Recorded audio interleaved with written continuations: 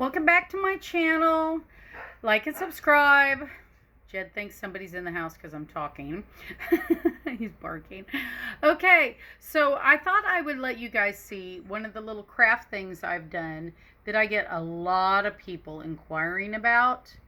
A lot of people want to know where I got it and all that. So here it is. Okay, there it is.